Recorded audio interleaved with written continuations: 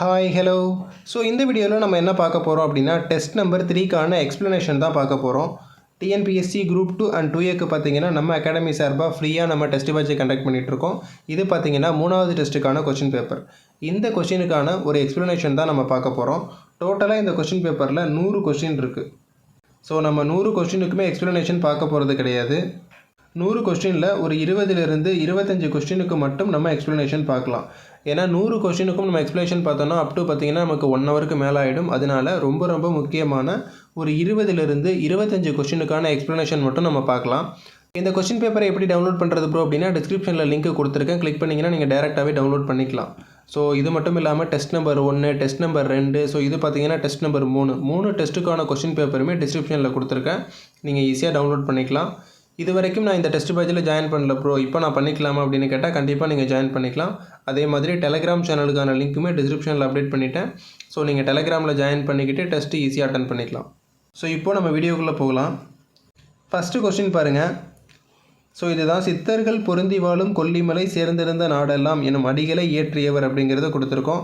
நம்மளுடைய கொஸ்டின் பேப்பரில் இந்த மாதிரி சில கொஸ்டினை பார்த்தீங்கன்னா ப்ளூ பண்ணி காமிச்சிருப்போம். இது என்ன அப்படின்னு பார்த்தோன்னா ரொம்ப இம்பார்ட்டண்ட்டான கொஸ்டின். அது மட்டும் இல்லாமல் ப்ரீவியஸ் இயரில் கேட்ட கொஸ்டின். மற்ற கொஸ்டின் நீங்கள் படிக்கிறீங்களோ இல்லையோ கண்டிப்பாக இந்த கொஸ்டினை ஒன்ஸ் நீங்கள் பார்த்துட்டு போங்க, கண்டிப்பாக கேட்குறதுக்கான சான்சஸ் இருக்குது. ஸோ இந்த லைனை யார் இயற்றியிருப்பா அப்படின்னு பார்த்தோன்னா வெங்கம்பூர் சாமிநாதன். கோணக்காத்து பாட்டு அப்படிங்கிறதுல ஸோ இந்த லைன் பார்த்திங்கன்னா வரும். நம்ம நார்மலாக ஒரு செய்யுளை படிப்போம். ஸோ அந்த செய்யுளை மனப்பாடம் பண்ணுவோம். அதில் நம்ம முக்கியமாக பார்க்க வேண்டியது என்ன அப்படின்னு பார்த்தீங்கன்னா ஸோ செய்யுளில் ஃபஸ்ட்டு பார்த்திங்கன்னா சித்தர்கள் அப்படின்னு எதில் வருதோ அந்த லைனெல்லாம் கண்டிப்பாக நம்ம மக்கப் பண்ணிக்கணும். அடுத்தது பார்த்திங்கன்னா திருக்குறள். செய்யுளில் திருக்குறள், திருவள்ளுவர், பாரதியார் இந்த மாதிரி அந்த செய்யுள்லே அந்த அடிகள்லே இந்த மாதிரி இருந்ததுன்னா அதையும் நம்ம மனப்பாடம் பண்ணிக்கணும். அது மட்டும் இல்லாமல் 3வது பார்த்திங்கன்னா தமிழன் இந்த மாதிரி செய்யுளில் இந்த மாதிரி லைன் இருந்ததுன்னா கண்டிப்பாக நம்ம அதையுமே மனப்பாடம் பண்ணிக்கணும். அடுத்த கொஸ்டின் பாருங்கள், பொறுத்துக. ஆல்ரெடி சொன்ன மாதிரி எல்லா கொஸ்டினுக்குமே நம்ம எக்ஸ்ப்ளனேஷன் பார்க்க போகிறதில்ல. மற்றதெல்லாம் பார்த்திங்கன்னா ரொம்ப பேசிக்கான கொஸ்டின் தான். ரொம்ப முக்கியமான கொஸ்டினுக்கு தான் நம்ம எக்ஸ்ப்ளனேஷன் பார்க்க போகிறோம். அடுத்தது பார்த்திங்கன்னா இந்த பொறுத்துக. ஸோ இயற்கை ஓவியம் அப்படிங்கிறது 10 பாட்டு. இதுக்கான ஷார்ட்கட் பார்த்திங்கன்னா நான் சில ஷார்ட்கட் யூஸ் பண்ணிகிட்ருக்கேன். உங்களுக்கு ஓகே அப்படின்னா நீங்களும் வச்சுக்கலாம், நான் சொல்கிறேன். ஸோ ஓவியம் பார்த்திங்கன்னா ஒரு பெயிண்டிங்கை 10 ரூபா கொடுத்து வாங்கினேன் அப்படிங்கிற மாதிரி நான் ஷார்ட்கட் வச்சுருக்கேன். அடுத்தது பார்த்திங்கன்னா இயற்கை தவம்.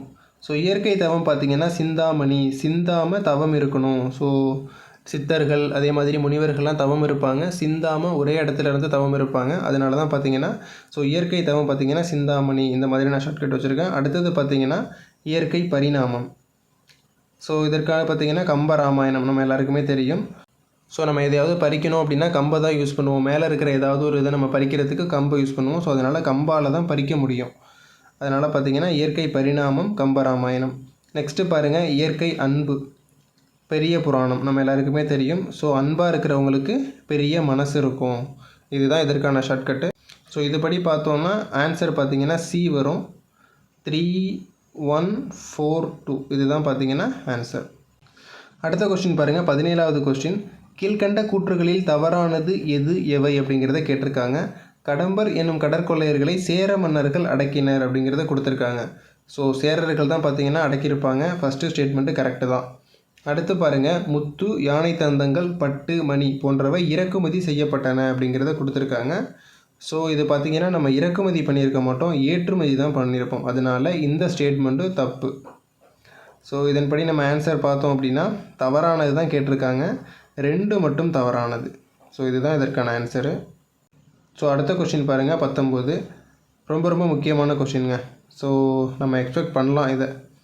நல்ல குடிமக்கள் இல்லாத நாட்டிற்கு இயற்கை கூட உதவாது அப்படின்னு ஒரு ஸ்டேட்மெண்ட்டு சொல்லியிருப்பாங்க. இது யார் சொன்னது அப்படிங்கிறது கேட்டிருக்காங்க.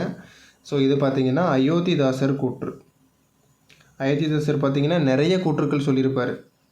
ஸோ அதில் பார்த்திங்கன்னா நல்ல குடிமக்கள் இல்லாத நாட்டிற்கு இயற்கை கூட உதவாது அப்படிங்கிறது ரொம்ப முக்கியமான கூற்று. ஸோ இது பார்த்திங்கன்னா அயோத்திதாசர். அடுத்தது பாருங்கள், 23வது கொஸ்டின். உவமையால் விளக்கப்பெறும் பொருத்தமான பொருளை காண்க அப்படிங்கிறத கொடுத்துருக்காங்க. கிணற்று தவளை போல். இது ப்ரீவியஸ் இயர் கொஸ்டின். ஸோ அதனால தான் இது நான் எடுத்தேன். அது மட்டும் இல்லாமல் நமக்கு 8th சிலபஸில் இந்த உவமையால் விளக்கப்பெறும் பொருள் அப்படின்னு நிறைய கொடுத்துருப்பாங்க. அதனால தான் பார்த்திங்கன்னா இந்த கொஸ்டினை எடுத்திருக்கேன். கிணற்று தவளை போல் அப்படின்னா அறியாமை. ஸோ அந்த கிணற்றுக்குள்ளே இருக்கிற தகவலுக்கு பார்த்தீங்கன்னா வெளியில் என்ன நடக்குது அப்படிங்கிறது தெரியாது. சுயநலம் அப்படிங்கிறது இதற்கு தப்பான ஆன்சர். அது மாதிரி ஞானம்னா அறிவு அப்படிங்கிறதுல வந்துடும். ஸோ இதுவும் தவறு. அறிவு அப்படிங்கிறதும் அறிவு தான். ஸோ அதனால் இதுவும் தப்பு. அறியாமை, எந்த விஷயமுமே தெரிஞ்சுக்காமல் இருப்பாங்க, ஒரு அறியாமல் இருப்பாங்க. ஸோ அதனால் பார்த்தீங்கன்னா கிணற்று தவளை போல், இதற்கான மீனிங் வந்து அறியாமை. அடுத்தது பாருங்கள் 27. ஜெயங்கொண்டார் முதலாம் குலோத்துங்க சோழனின் அவைக்கள புலவராக திகழ்ந்தவர். அடுத்தது பாருங்கள், இவரை பரணிக்கோர் ஜெயங்கொண்டார் என மீனாட்சி சுந்தரனார் பாராட்டியுள்ளார் அப்படிங்கிறத கொடுத்துருக்காங்க. ஸோ ஃபஸ்ட்டு ஸ்டேட்மெண்ட் பார்த்தீங்கன்னா கரெக்டு தான். முதலாம் குலோத்துங்க சோழனுக்கு தான் பார்த்தீங்கன்னா அவர் வந்து அவைக்கள புலவராக இருப்பார். ஃபஸ்ட்டு ஸ்டேட்மெண்ட் கரெக்டு தான். செகண்டு பாருங்கள், பரணிக்கோர் ஜெயங்கொண்டார் அப்படின்னு மீனாட்சி சுந்தரனார் பாராட்டியிருக்காங்க அப்படிங்கிறத சொல்லியிருக்காங்க. ஸோ மீனாட்சி சுந்தரனார் பாராட்டியிருக்க மாட்டார். பலப்பட்டடை சொக்கநாத புலவர் தான் பார்த்தீங்கன்னா பலப்பட்டடை சொக்கநாதர் தான் பாராட்டியிருப்பார். ஸோ அதனால் செகண்ட் ஸ்டேட்மெண்ட் வந்து தப்பு. First statement right, second statement பார்த்தீங்கன்னா தப்பு. ஸோ இதன்படி பார்த்தோன்னா ஆன்சர் என்ன அப்படின்னா கூற்று சரி, காரணம் தவறு. சி தான் இதற்கான ஆன்சரு. அடுத்து பாருங்கள் 30வது கொஸ்டின். மனிதன் ஏழ்மையில் இருக்கும்போது சத்தற்ற உணவினாலும் நோயினாலும் அச்சுறுத்தப்படுகிறான், போருக்கு அஞ்சுகிறான் என்று கூறியவர் யார் அப்படிங்கிறத கேட்டிருக்காங்க. ஸோ இதை எத்தனை பேர் நோட் பண்ணி படிச்சிருக்கீங்க அப்படிங்கிறது எனக்கு தெரியல. இந்த கொஸ்டின் பார்த்தீங்கன்னா 8th பேஜ் நம்பர் 11 இருக்கும். ஸோ பேஜ் நம்பர் 11 பார்த்தீங்கன்னா தமிழ் வரி வடிவ வளர்ச்சி அப்படிங்கிறது ஒரு பாடம் இருக்கும். அந்த பாடத்தில் பேஜ் நம்பர் 11 பார்த்தீங்கன்னா இந்த ஸ்டேட்மெண்ட் கொடுத்துருப்பாங்க.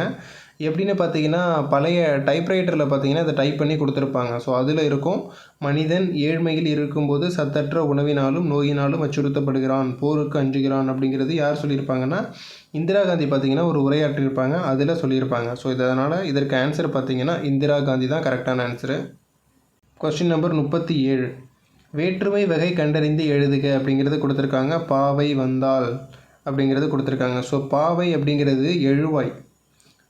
எழுவாய் அப்படிங்கிறப்ப ஸோ இதற்கான ஆன்சர் பார்த்திங்கன்னா முதல் வேற்றுமை. என்ன பார்த்திங்கன்னா முதல் வேற்றுமை தான் நம்ம என்ன சொல்லுவோம் அப்படின்னா எழுவாய் வேற்றுமை அப்படின்னு சொல்லுவோம்.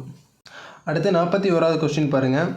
ஒடுக்கப்பட்ட மக்களுக்காக தனி வாக்குரிமை விகிதாச்சார பிரதிநிதித்துவம் வழங்கப்பட வேண்டும் என முதல் வட்டமேசை மாநாட்டில் அம்பேத்கர் வலியுறுத்தினார். காரணம் பார்த்தீங்கன்னா 2வது வட்டமேசை மாநாட்டில் இரட்டைமலை சீனிவாசன் கலந்து கொண்டார் அப்படிங்கிறத கொடுத்துருக்காங்க. ஸோ ஸ்டேட்மெண்ட்டு பார்த்தோன்னா இது வந்து தவறான ஸ்டேட்மெண்ட்டு, ரெண்டுமே தவறான ஸ்டேட்மெண்ட்டு. எப்படின்னு பார்த்தோன்னா 2வது வட்டமேசை மாநாட்டில் தான் பார்த்தீங்கன்னா அம்பேத்கர் அந்த மாதிரி வலியுறுத்தியிருப்பார். அதே மாதிரி ஸோ இந்த இரட்டைமலை சீனிவாசன் கலந்து கொண்டது பார்த்திங்கன்னா முதல் வட்டமேசை மாநாடு, அதை அப்படியே மாற்றி கொடுத்துருக்காங்க.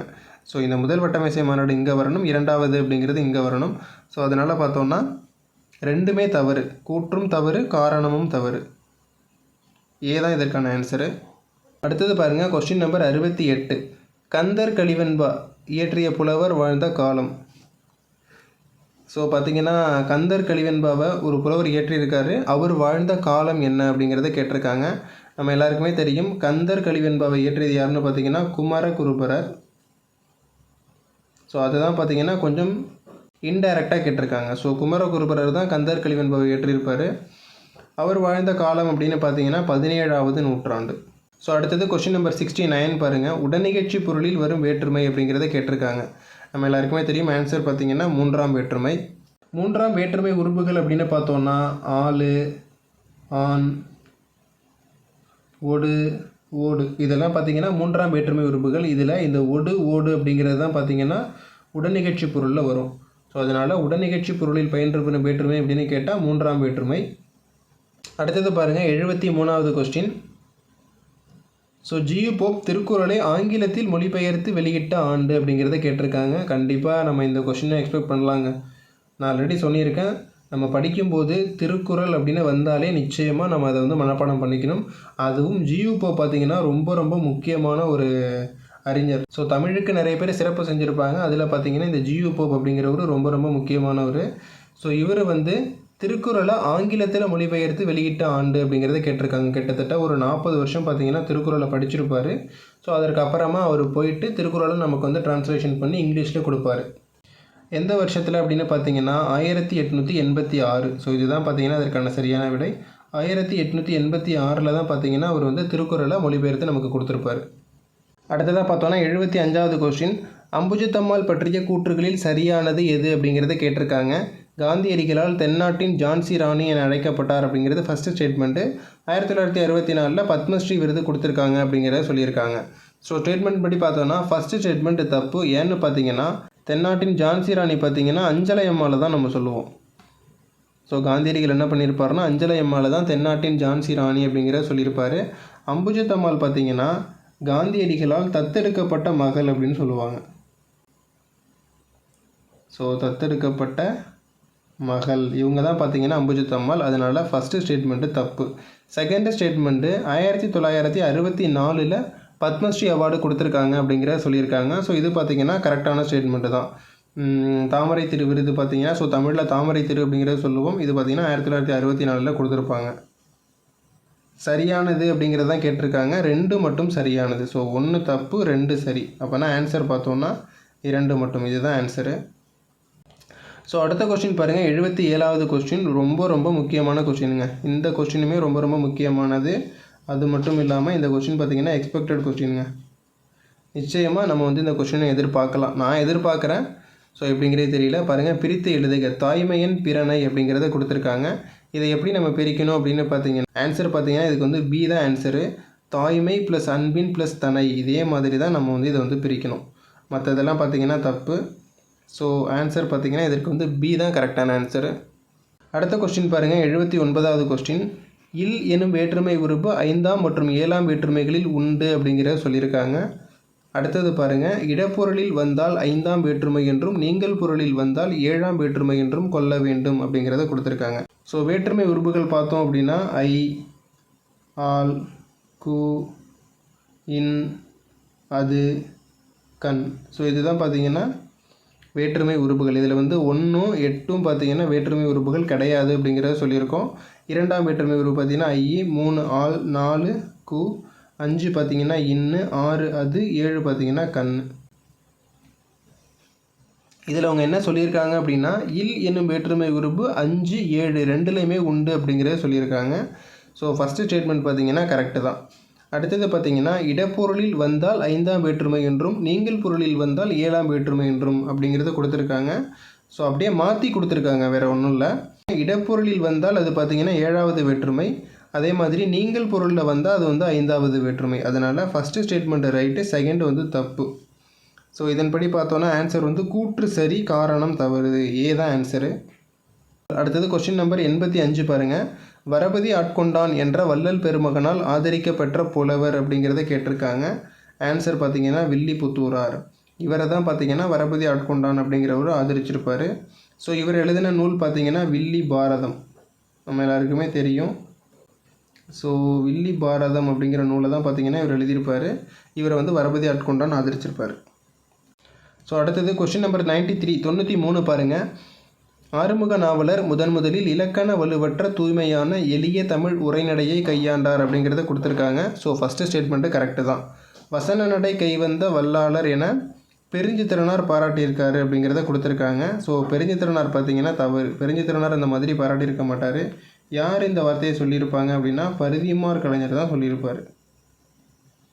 ஸோ பரிதிமார் கலைஞர் தான் பார்த்திங்கன்னா இவரை வந்து வசன நடை கைவந்த வல்லாளர் அப்படின்னு இவர் தான் பாராட்டியிருப்பார். ஸோ அதனால் ஃபஸ்ட்டு ஸ்டேட்மெண்ட்டு கரெக்டு, செகண்ட் வந்து காரணம் வந்து தவறு. அப்போ கூற்று சரி காரணம் தவறு, இதுதான் அதற்கான சரியான ஆன்சரு. அடுத்தது பாருங்கள், கொஸ்டின் நம்பர் 97. கன்னி தமிழனுக்கு வேணுமேயடா உயர் கம்பன் கவியனுக்கு வேண்டுமேயடா அப்படிங்கிறத சொல்லியிருக்காங்க. இந்த அடிகளை யார் இயற்றுனது அப்படிங்கிறத கொடுத்துருக்காங்க.